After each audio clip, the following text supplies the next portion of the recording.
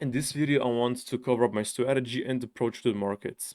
Because this week I was able to get many insights for certain points, and right now I'm reflecting and trying to connect the dots.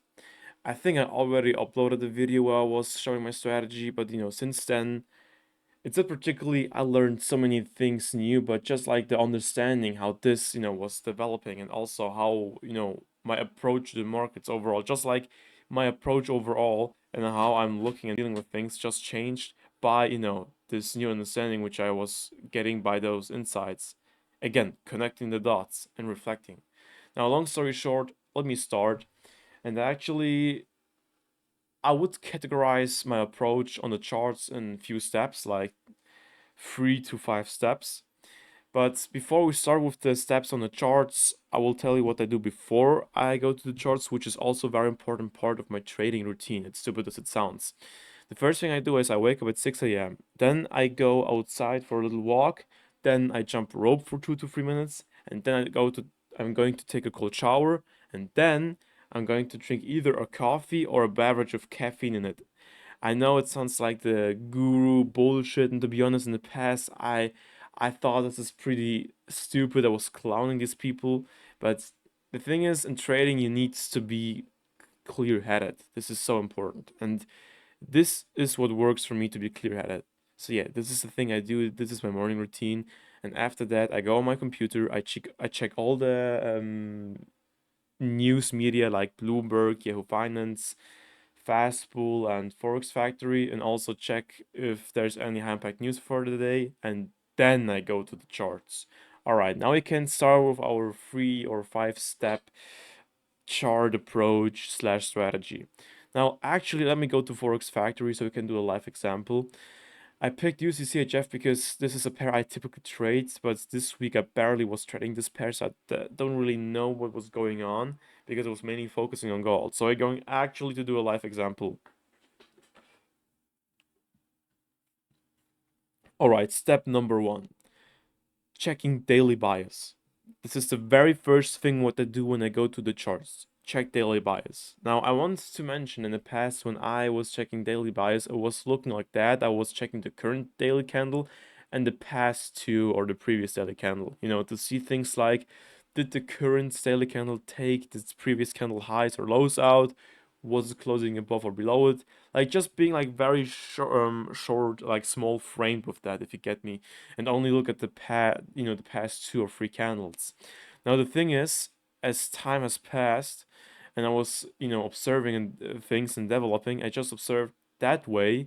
Yes, it is at some point reasonable, and I can understand, and it works. But for me, I need to be broader. I need to have like an overview. I need to zoom out, and because otherwise I just end up, sticking too strong on the wrong things.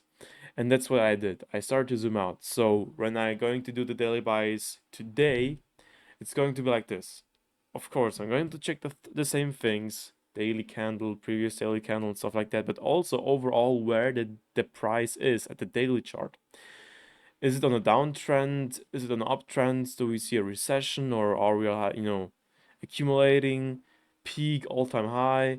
What is it doing? Like, this kind of helps you to kind of know the trajectory for the next couple of days and weeks, which also helps you with the current, daily buys, what you want to trade for the day. Now, what do I see right here? Now, overall, it was in the downtrend. There was like also a small, retracement going on, like in this term, like a daily little uptrend. But overall, it's been going to the downside, and right now we are relatively strong in accumulation. So it's consolidating for days and weeks. Now, what do I do see right there? I see relatively equal lows, and in other words, support level, which is being respected, but then we have here a candle closure below the lowest low here, which was, also be considered as a relatively equal low, which means we have a breakout of those equal lows of the support level. Now, not only that, what I also see right now, by coincidence, is we also have here all, keep ongoing lower highs. Someone told me this is called a flag pattern. I don't really view it like that. I just, use those two retracement tools and combine it. But anyways, we see a bearish trend line liquidity, lower lows and relatively equal lows. Sorry, lower highs and equal lows. But now here we had a breakout. So overall, I want to see price to push further to the downside. And yeah, yesterday it was retracing it back to the upside, how it typically is in breakout in any kind. And this means today we are more likely to go bearish. So this leads us to go to step number two. Check the hourly candle. Go to the hourly time frame. 1 hour time frame. Sorry, 1 hour time frame exactly.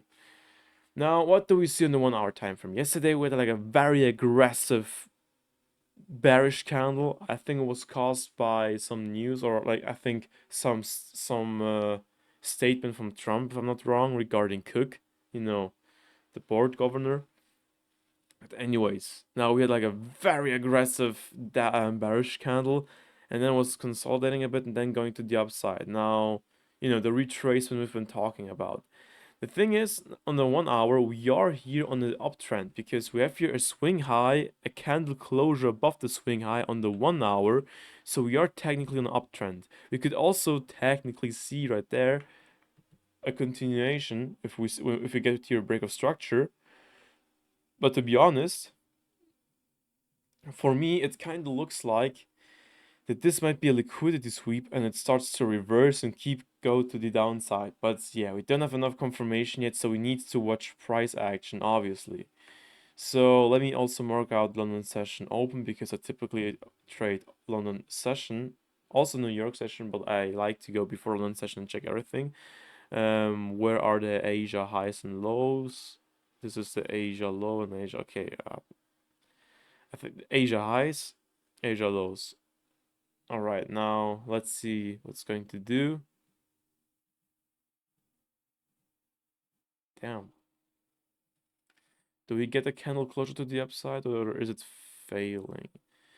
Okay, yeah, now of course it could go further to the upside. So in case if we go right now short, we have to be very careful. But I want to see also this candle closure in case if it consolidates. It's pretty unsafe to say. So this is like a bit a heated situation because it's not very clear because it could still, consolidate and then push further to the upside and make a break of structure, or from here on it can do a reversal, let this count as a liquidity sweep because right now we don't have a candle closure yet.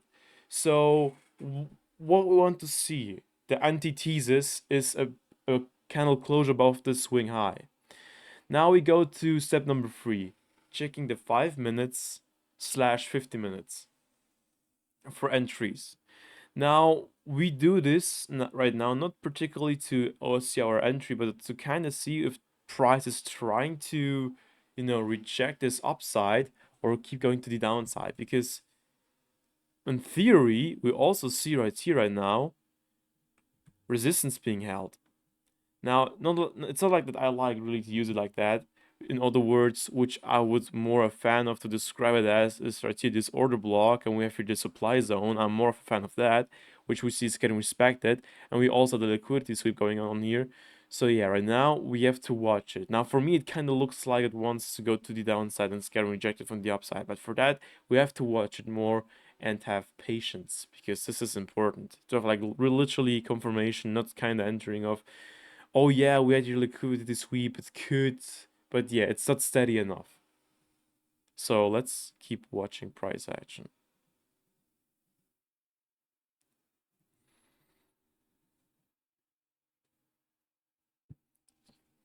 Oh, by the way, when we go to the 5 minutes, we are looking for point of interest because 5 minutes is typically for the entry.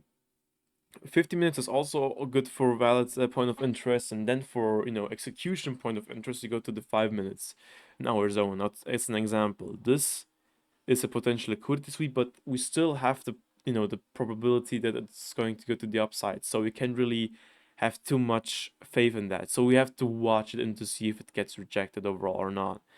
Now, yeah, it's pushing further to the downside. We have a sweep of the slow. of this is a pretty strong zone of liquidity because from this swing low we have a pretty strong small expansion. So hopefully we see a retracement here to this resistance supply zone. Check to the 1 hour to kind of get an overview. Yeah, right now it's consolidating. We see kind of resistance being respected so far. So I kind of doubt it that it's going to go above it and occur a break of structure.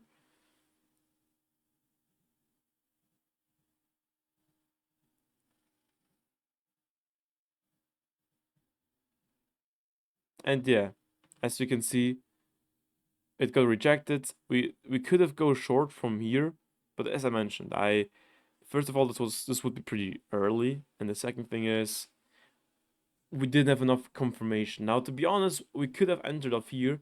It would be a bit risky, relatively risky, because I mean, at the end of the day, this is also a pretty strong zone of liquidity. But yeah, it is a bit early before London session open, and I don't think if I would be already, ready to see this because yeah, at 7 a.m. I might still read some news, regarding economics or politics. And entering of this little retracement is pretty unreasonable because we don't have like any good point of interests.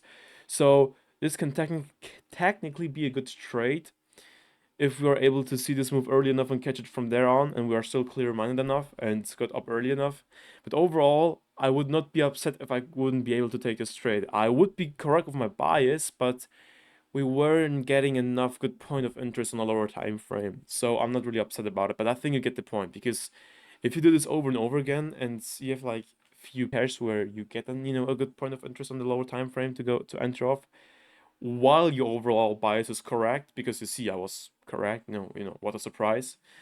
But if you keep doing this and practice that, then you will do very, very well in future. So yeah, I think you kind of got the point. And with that being said, cheers.